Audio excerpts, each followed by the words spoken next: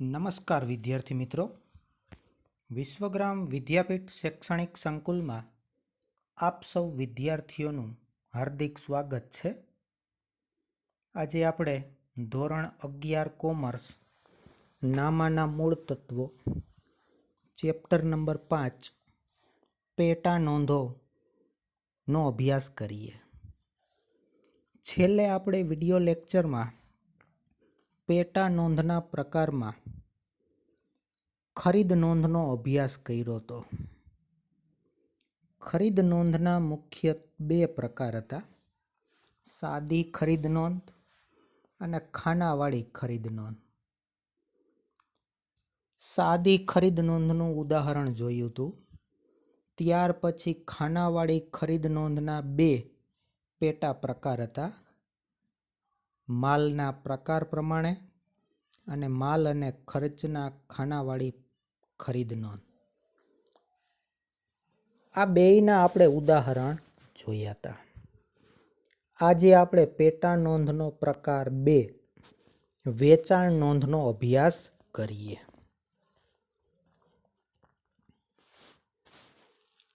વેચાણ નોંધ એનું બીજું નામ છે ઉધાર નોંધ. જે કાંઈ નીતિ નિયમ, જે કાંઈ મુદ્દા ખરીદ નોંધમાં લાગુ પડ્યા હતા તે જ મુદ્દા વેચાણ નોંધમાં લાગુ પડશે. પણ સમજૂતી મેળવીએ. જે પેટા નોંધોમાં માલના ઉધાર વેચાણના વ્યવહારોની નોંધ કરવામાં આવે છે તેને વેચાણ નોંધ કહે. માલની ઉધાર વેચાણ કરેલી હોય તેની નોંધ વેચાણ નોંધમાં થશે. વેપારી જે વસ્તુનો ખરીદ વેચાણનો ધંધો કરતો હોય તે વસ્તુના એટલે કે માલની ઉધાર વેચાણની નોંધ, રોકડ વેચાણ નહીં, ઉધાર વેચાણની નોંધ વેચાણ નોંધમાં કરે છે. રોકડ વેચાણના વ્યવહારો કે મિલકતના રોકડ વેચાણના વ્યવહારો વેચાણ નોંધમાં નોંધવામાં આવતા નથી. આ મુદ્દો ખરીદ નોંધમાંય હતો. રોકડેથી વેચાણ કરો, પછી મિલકતનું રોકડેથી વેચાણ કરો, તેની નોંધ વેચાણ નોંધમાં થશે નહીં. આવા વ્યવહારો રોકડ મેળમાં નોંધાય છે. વેચાણ નોંધમાં માલના ઉધાર વેચાણની ચોખ્ખી રકમ નોંધવામાં આવે છે. કેવી રકમ? ચોખ્ખી, એટલે કે કુલ કિંમતમાંથી વેપારી વટાવ બાદ કર્યા પછીની કિંમતને ચોખ્ખી કિંમત તરીકે ઓળખવામાં આવે છે. ચોખ્ખી રકમ બરાબર માલના ઉધાર વેચાણની કુલ રકમ બાદ વેપારી વટાવ, એટલે વેપારી વટાવની ચોપડે નોંધ થશે નહીં. ખરીદ નોંધની જેમ વેચાણ નોંધ જુદા જુદા પ્રકારે રાખી શકાય છે, જેમાં મુખ્યત્વે બે પ્રકારનો સમાવેશ થાય છે. વેચાણ નોંધના મુખ્ય બે પ્રકાર છે. પ્રશ્ન પૂછે કે વેચાણ નોંધના કુલ કેટલા અને કયા કયા પ્રકાર? તો તમારે લખવાનું થાય વેચાણ નોંધના કુલ 3: સાદી વેચાણ નોંધ, માલના પ્રકાર પ્રમાણેની ખાનાવાળી વેચાણ નોંધ અને માલ અને ખર્ચના ખાનાવાળી વેચાણ નોંધ. પણ તમને એમ કહે કે વેચાણ નોંધના મુખ્ય પ્રકાર કેટલા? તો જવાબ આવશે વેચાણ નોંધના મુખ્ય 2 પ્રકાર: સાદી વેચાણ નોંધ અને ખાનાવાળી વેચાણ નોંધ. હવે આપણે આ વેચાણ નોંધમાં સાદી વેચાણ નોંધનો અભ્યાસ કરીએ. સાદી વેચાણ નોંધ. જ્યારે વેપારી એક જ પ્રકારના માલનું વેચાણ કરતો હોય ત્યારે સામાન્ય રીતે તેના દ્વારા સાદી વેચાણ નોંધ રાખવામાં આવે છે. જો એક કરતાં વધારે પ્રકારના માલનું વેચાણ કરવામાં આવતું હોય તો દરેક પ્રકારના માલ માટે જુદો વેચાણ નોંધનો ચોપડો રાખી શકાય છે. જે આપણે અગાઉ જોયું હતું, અલગ અલગ વસ્તુ માટે અલગ અલગ ખાના. બરાબર? તો એ પ્રકાર થાય આપણો માલના પ્રકાર પ્રમાણે વાળો પેટા નોંધનો ચોપડો. પરંતુ સામાન્ય રીતે જ્યારે એક કરતાં વધારે પ્રકારનો માલ વેચવામાં આવતો હોય ત્યારે માલના પ્રકાર પ્રમાણેની ખાનાવાળી વેચાણ નોંધ રાખવામાં આવે છે. હવે આપણે આ સાદી વેચાણ નોંધનો નમૂનો જોઈએ. જે નમૂનો આગળ સાદી ખરીદ નોંધ હતી એના જેવો જ છે. એને કોલમ એટલા જ આવે પણ નામ બદલે છે એટલે 2 જગ્યાએ નામ બદલશે. સાદી વેચાણ નોંધનો નમૂનો જેના ચોપડે તમે સાદી વેચાણ નોંધ તૈયાર કરતા હોય એનું હેડિંગ ઉપર તમારે લખવાનું થાય, મથાળે એનું નામ આવશે એટલે શ્રી ખાલી જગ્યાની વેચાણ નોંધ. ખાલી જગ્યામાં જેના ચોપડે વેચાણ નોંધ તૈયાર કરવાની હોય તેનું નામ લખવાનું થશે. ત્યાર પછી વેચાણ નોંધના નમૂનામાં 5 કોલમ બનાવેલા છે. એમાં પહેલી કોલમ છે તારીખ, જે ખરીદ નોંધમાં પણ હતી. અને એક એવું કહેવાય છે કે હિસાબો તારીખના ક્રમમાં લખવામાં આવે છે એટલે પહેલી કોલમ તારીખનું હોય, જેની અંદર મહિનો, વર્ષ અને મહિનાની જે તે તારીખ. ત્યાર પછી ઉધાર વેચાણ કરતા હોય તો જેને તમે માલનું ઉધાર વેચાણ કરેલું છે તે વિગતમાં આવશે ગ્રાહકનું નામ. ત્યાર પછી તમે માલનું ઉધાર વેચાણ કરો છો એટલે તમારે ધંધામાંથી માલ જાય એટલે તમે બિલ બનાવીને જેને આપો છો એ કહેવાશે જાવક માલ ભરતિયા નંબર.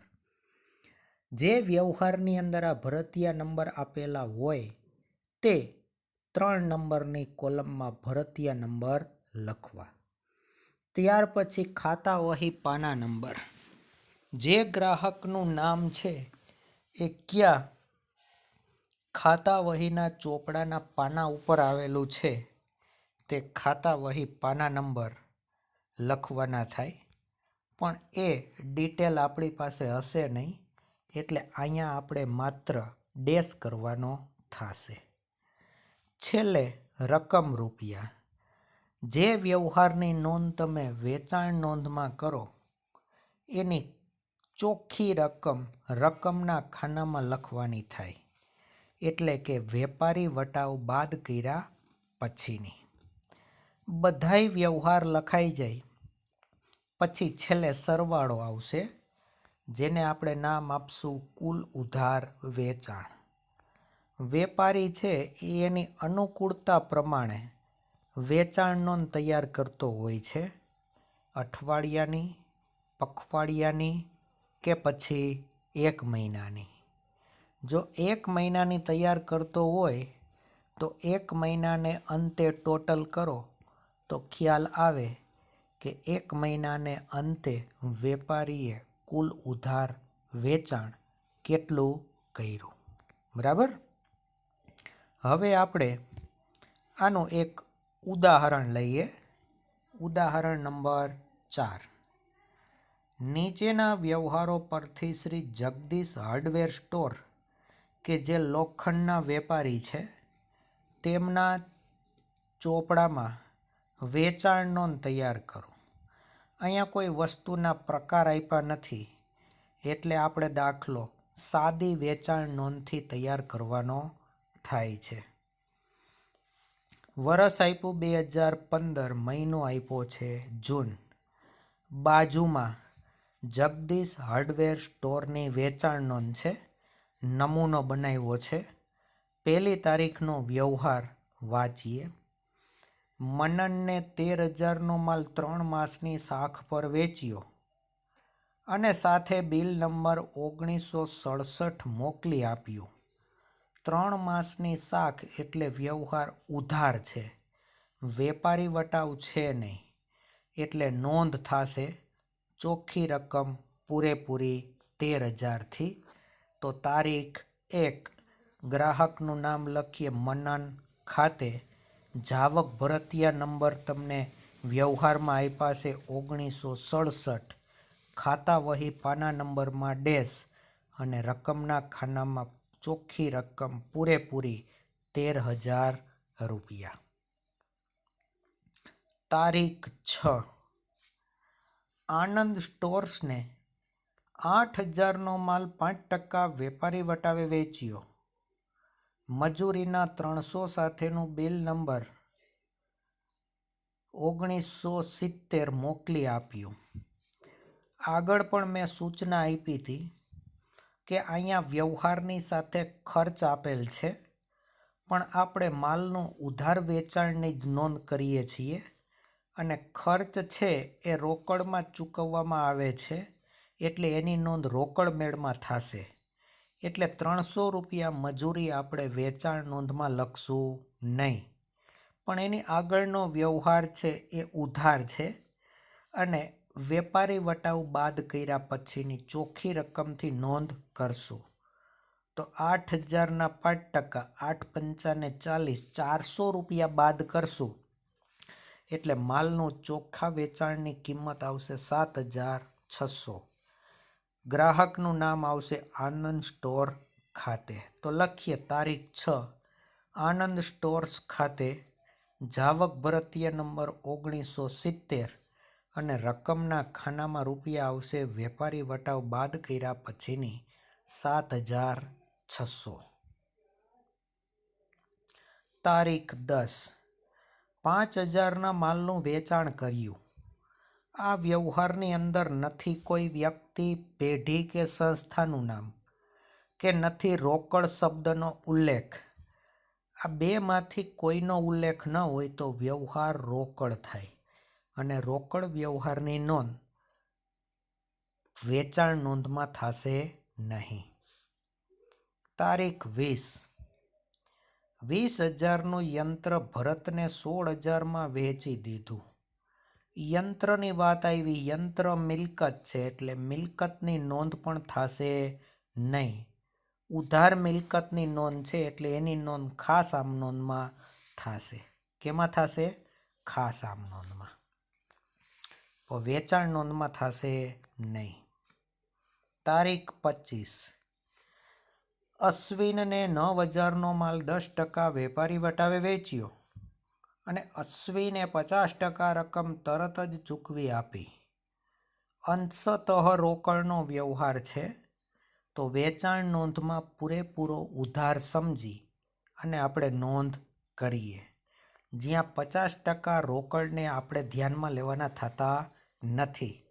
9,000ના 10% 900 બાદ કરશું એટલે વેચાણ નોંધમાં 8,100થી નોંધ થશે.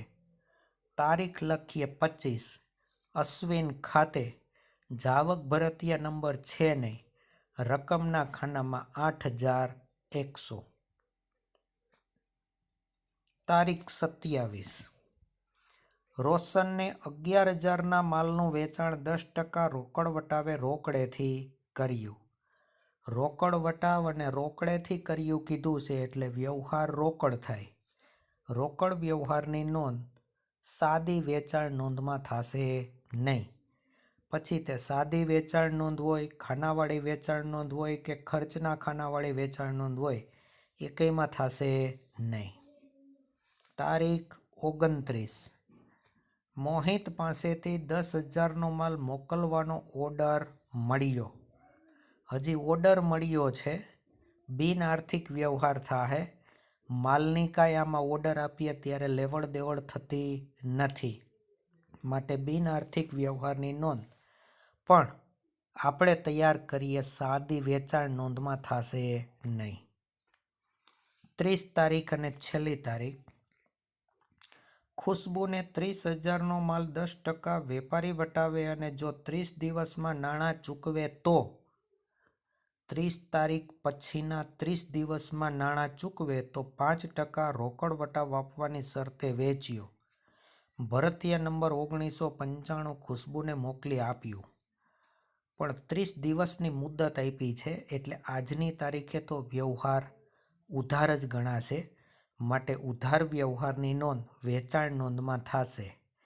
પણ વેપારી વટાવ બાદ કર્યા પછીની કિંમતે તો 30,000ના 10% 3,000 બાદ કરશું એટલે 27,000ની નોંધ થશે, પણ રોકડ વટાવ છે એ રોકડ વ્યવહાર ઉપર લાગુ પડે.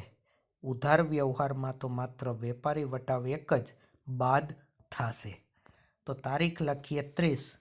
ખુશ્બુ ખાતે જાવક ભરતિયા નંબર છે 1995. રકમના ખાનામાં વેપારી વટાવ બાદ કર્યા પછીની રકમ 27,000 પૂરા. બધાય વ્યવહાર પૂરા થઈ ગયા. હવે ટોટલ કરીએ તો જગદીશ હાર્ડવેર સ્ટોરના ચોપડે ટોટલ કરીએ તો 13,000, 7,600, 8,100 અને 27,000નો ટોટલ કરશું તો એક મહિનાને અંતે જગદીશ હાર્ડવેર સ્ટોરે 55,700 રૂપિયાનું કુલ ઉધાર વેચાણ કર્યું. જે ગ્રાહકોને ઉધાર વેચાણ કર્યું છે તેની પાસેથી તમે ₹55,700 રૂપિયા માગો. તમે જે માગો એ આપણા માટે થાય લેણું, એટલે એ ગ્રાહકો આપણા માટે કહેવાશે બધાય દેવાદારો. ખરીદ નોંધમાં તમારે જેને ચૂકવવાના છે એ થાહે બધાય લેણદારો. વેચાણ નોંધમાં તમે જેની પાસેથી માગો એ બધાય થશે દેવાદારો. બરાબર.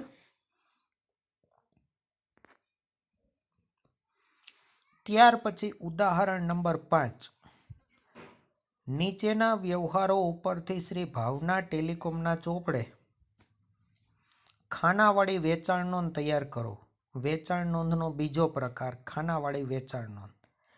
Shri Bhavana telecom mobile phone, cordless phone અને સાદા ફોન એમ 3 પ્રકારના ફોનનું વેચાણ કરે છે.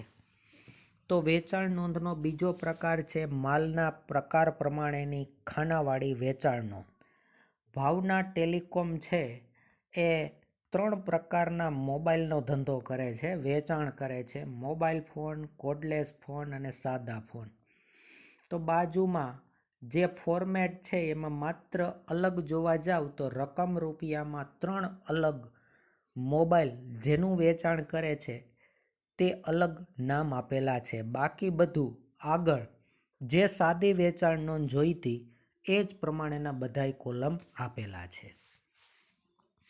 વરસ આપ્યું 2015, મહિનો આપ્યો જુલાઈ, તારીખ 1. વ્યવહાર વાંચીએ, જોઈએ. ઉધાર હોય તો અલગ અલગ વસ્તુનો ગુણાકાર કરી વ્યવહારમાં જો વેપારી વટાવ હોય તો બાદ કરી અને નોંધ કરીએ. શ્રી ભરતને 5 મોબાઈલ 9,000ના ભાવે, એકના 9,000 તો 5ના 9 પંચાને 45,000 થાય. અહીંયા જે કાંઈ તમને નંગ દીઠ ભાવ આપ્યો હોય એ એકનો ગણવાનો, બાકી તમને જથ્થા સાથે નંગનો ગુણાકાર કરશો એટલે કુલ તમને કિંમત મળશે. 5 કોર્ડલેસ ફોન 4,000 નંગ દીઠ, 10 સાદા ફોન 2,000 નંગ દીઠના ભાવે વેચ્યા. ભરતિયા નંબર 101 અને શાખનો સમય 2 મહિના. ઉધાર વ્યવહાર છે, નોંધ થશે.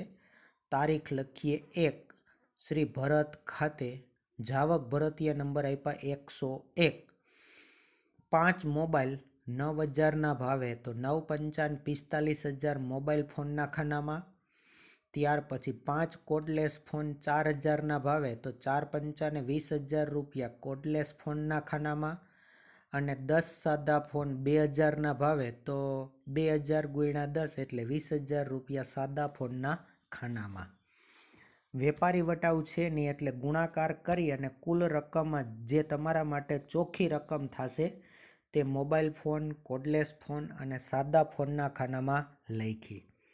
ત્રણેયનો સરવાળો 45,000, 20,000 અને પ્લસ 20,000 એટલે કુલ ભરતભાઈને 1લી તારીખે 101 બિલ પ્રમાણે 85,000ના ઉધારમાં મોબાઈલ વેચ્યા.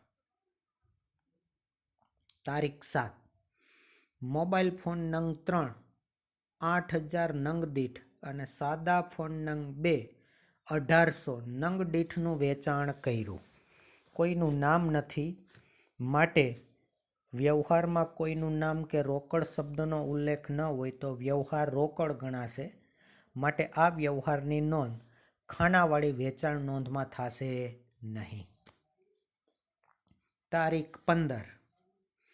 શ્રી દીપકને 4 મોબાઈલ ફોન 7,500 નંગ દીઠ અને 10 સાદા ફોન 1,700 નંગ દીઠના ભાવે 10% વેપારી વટાવે વેચ્યા. શાખનો સમય 3 માસ. ભરતિયા નંબર 105. આ વ્યવહાર ઉધાર છે, વેપારી વટાવ છે. બધાનો ગુણાકાર કરશું અને એક એક રકમ જે કુલ રકમ છે એમાંથી બાદ કરશું. તો પહેલાં તારીખ લખીએ 15. નામ છે ગ્રાહકનું શ્રી દીપક, ખાતે જાવક ભરતિયા નંબર છે 105. હવે 4 મોબાઈલ ફોન 7,500ના ભાવે, તો 75 ચોકું 30,000. 30,000ના 10% થશે 3,000 બાદ કરશું એટલે મોબાઈલ ફોનના ખાનામાં 27,000 આવશે. ત્યાર પછી સાદા ફોન 10 છે 1,700ના ભાવે, 1,700 ગુણ્યા 10 કરશું એટલે કુલ 17,000 થાય. 17,000ના 10% એટલે 17,000ના 10% 1,700 બાદ કરશું એટલે સાદા ફોનના ખાનામાં આવશે 15,300. કોડલેસ ફોનનું વેચાણ દીપકભાઈને કર્યું નથી, અથવા એનો મતલબ એમ થાય કે દીપકભાઈ એને કોડલેસ ફોન નહીં જોતા હોય એટલે આપણે એને વેચ્યા નથી. 27,000 વત્તા 15,300 કુલ સરવાળો થાય 42,300. ત્યાર પછી તારીખ 20. શ્રી મહેન્દ્રને એક યંત્ર 12,000માં વેચ્યું અને ચૂકવણી માટે 1 માસનો સમય આપ્યો. યંત્રની વાત આવી તો યંત્રનું આપણી પાસે કોઈ કોલમ છે નહીં. યંત્રની નોંધ ખાનાવાળી વેચાણ નોંધમાં આપણે કરતા નથી, માટે આ વ્યવહારની નોંધ વેચાણ નોંધમાં થશે નહીં. તારીખ 23. શ્રી અરવિંદને 8 મોબાઈલ ફોન 9,000 નંગ દીઠ અને 10 કોડલેસ ફોન 1,900 નંગ દીઠના ભાવે વેચ્યા. વેપારી વટાવ 10%. શ્રી અરવિંદે 50% રકમ તરત જ ચૂકવી આપીને ભરતિયા નંબર 115. 50% રકમ આવી એટલે અડધી રકમ, જે અંશતઃ રોકડનો વ્યવહાર કહેવાય. અડધો રોકડનો, અડધો ઉધાર. પણ આવા પ્રકારના સંજોગો વ્યવહારમાં હોય તો આપણે પૂરેપૂરો વ્યવહાર ઉધાર સમજી અને ખાનાવાળી વેચાણ નોંધમાં નોંધ કરીએ. જ્યાં આપણે અડધો વ્યવહાર રોકડ છે એને ધ્યાનમાં લેવાનો થતો નથી, પણ પૂરેપૂરો ઉધાર સમજી અને નોંધ કરીએ. તો તારીખ 23. ગ્રાહકનું નામ લખીએ શ્રી અરવિંદ, ખાતે જાવક ભરતિયા નંબર છે 115. હવે મોબાઈલ ફોન 8 છે 9,000ના ભાવે, 8 નવા 72,000 થાય. 72,000ના 10% 7,200 બાદ કરશો એટલે 64,800 રૂપિયા મોબાઈલ ફોનના ખાનામાં આવશે. ત્યાર પછી 10 કોડલેસ ફોન છે 1,900ના ભાવે, 10 ગુણ્યા 1,900 એટલે 19,000. 19,000ના 10% એટલે 1,900 બાદ કરીએ એટલે કોડલેસ ફોનની કિંમત આવશે 17,100. સાદા ફોનનું આપણે વેચાણ અરવિંદભાઈને કર્યું નથી એટલે અહીંયા આવશે ડેશ. 64,800 ને 17,100નો સરવાળો છેલ્લે કુલ રકમના ખાનામાં 81,900. તારીખ 26. શ્રી ઘનશ્યામે 5 મોબાઈલ ફોન 8,500ના ભાવે અને 10 સાદા ફોન નંગ દીઠ 2,100ના ભાવે મોકલી આપવા ઓર્ડર આપ્યો. ઓર્ડર આપ્યો કીધો છે એટલે બિનઆર્થિક વ્યવહાર થાય, કારણ કે વસ્તુની કંઈ લેવડ દેવડ થતી નથી. આવા બિનઆર્થિક વ્યવહારની નોંધ ખાનાવાળી વેચાણ નોંધમાં થશે નહીં. તારીખ 28. શ્રી ઘનશ્યામને ઓર્ડર પ્રમાણે માલ મોકલી આપ્યો. ભરતિયા નંબર 120. 26 તારીખનો જે બિનઆર્થિક વ્યવહાર હતો, જે ઓર્ડર આપવામાં આવ્યો હતો, એ માલ હવે આપણે ઘનશ્યામને 28 તારીખે મોકલીએ છીએ અને ઉધાર વ્યવહાર છે એટલે 28 તારીખની નોંધ ખાનાવાળી વેચાણ નોંધમાં થશે. તો તારીખ 28. નામ ગ્રાહકનું છે શ્રી ઘનશ્યામ, ખાતે જાવક ભરતિયા નંબર લખ્યા 120.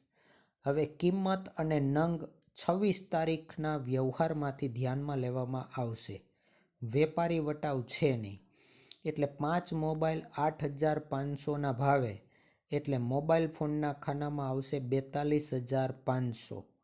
10 સાદા ફોન 2,100ના ભાવે, એટલે સાદા ફોનના ખાનામાં આવશે 21,000 રૂપિયા. કોડલેસ ફોનનું વેચાણ કર્યું નથી એટલે એમાં આવશે ડેશ.